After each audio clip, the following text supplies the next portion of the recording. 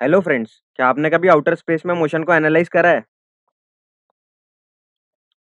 तो चलिए हम एक एग्जांपल देखते हैं।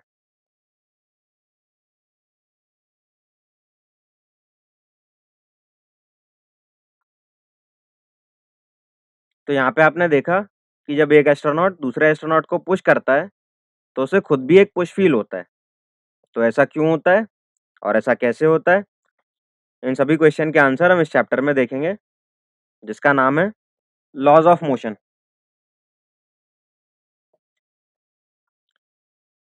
तो इस चैप्टर को हमने 4 मेजर टॉपिक्स में ब्रेक किया हुआ है, जो कि इस प्रकार है। तो चैप्टर शुरू करने से पहले हम कुछ रिवीजन कर लेते हैं, जो हमें फिर से इस चैप्टर में काम आने वाला है। तो हमें ये 3 इक्वेशंस ऑफ मोशन ऑलरेडी पता है।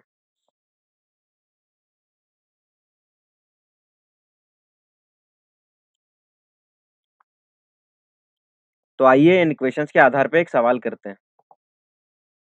तो हमारे पास यहाँ पे क्वेश्चन है कि एक ट्रेन रेस्ट से स्टार्ट करती है और 5 मिनट में 72 किलोमीटर पर आवर की स्पीड अटेन करती है।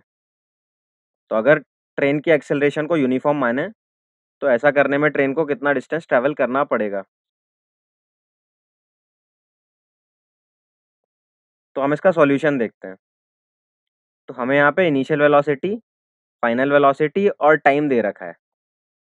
तो ऐसी कौन सी इक्वेशन है जो इनिशियल वेलोसिटी, फाइनल वेलोसिटी और टाइम को रिलेट करती है? तो ऐसी इक्वेशन है v is equal to u plus a t.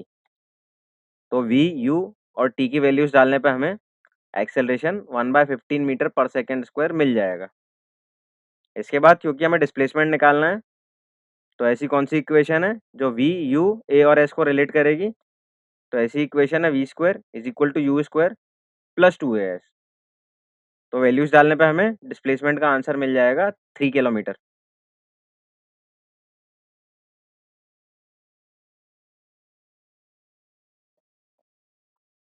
तो इसके बाद हम कुछ और फॉर्मूलेज रिवाइज करते हैं। तो हमें सर्कुलर मोशन में ये सारे फॉर्मूलेज पता हैं, जो कि v equal to omega r है। Centripetal acceleration v square by r होता है, हमें ऑलरेडी पता है। ओमेगा और टाइम के रिलेशन को हम ऑलरेडी देख चुके हैं। और इसके अलावा हमें ये भी पता है कि मोमेंटम होता है p is equal to m v, और मोमेंटम एक वेक्टर क्वांटिटी होती है, जैसा कि आप यहाँ पे देख पा रहे हो। तो चलिए इन इक्वेशंस पे आधारित एक सवाल करते हैं। तो हमारे पास एक सवाल है कि एक पार्टिकल 0.5 मीटर रेडियस के सर्कल में घूमता है, तो हमें उसके रेडियल एक्सेलरेशन का मैग्नीट्यूड बताना है, जबकि उसकी स्पीड 1 मीटर पर सेकेंड दी हुई है।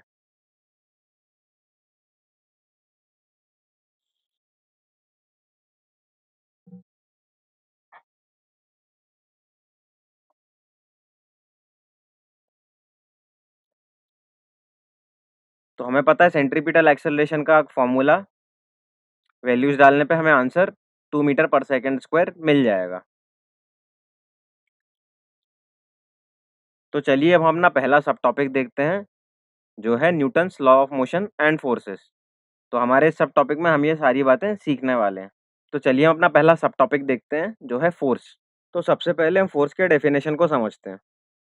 तो फोर्स एक ऐसी फिजिकल क्वांटिटी होती है जो किसी ऑब्जेक्ट के कॉन्फ़िगरेशन को चेंज करती है, मोशन को चेंज करती है, या फिर मोशन को चेंज करने की टेंडेंसी रखती है। तो आइए हम फोर्स के डेफिनेशन के डिफरेंट पार्ट्स को समझने की कोशिश करते हैं। तो हम देखते हैं कि फोर्स स्टेट ऑफ मोशन को कैसे चेंज करता है।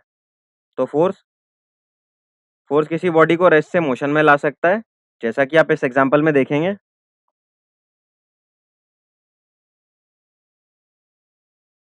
और फोर्स किसी ऑब्जेक्ट में मोशन की टेंडेंसी को भी ला सकता है, जैसा कि आप यहाँ पे देख रहे हैं। एक पर्सन एक बहुत ही हैवी ब्लॉक को पुश करने की कोशिश कर रहा है। ऑब्जेक्ट का मोशन नहीं हो रहा, लेकिन ऑब्जेक्ट में मोशन होने की टेंडेंसी है।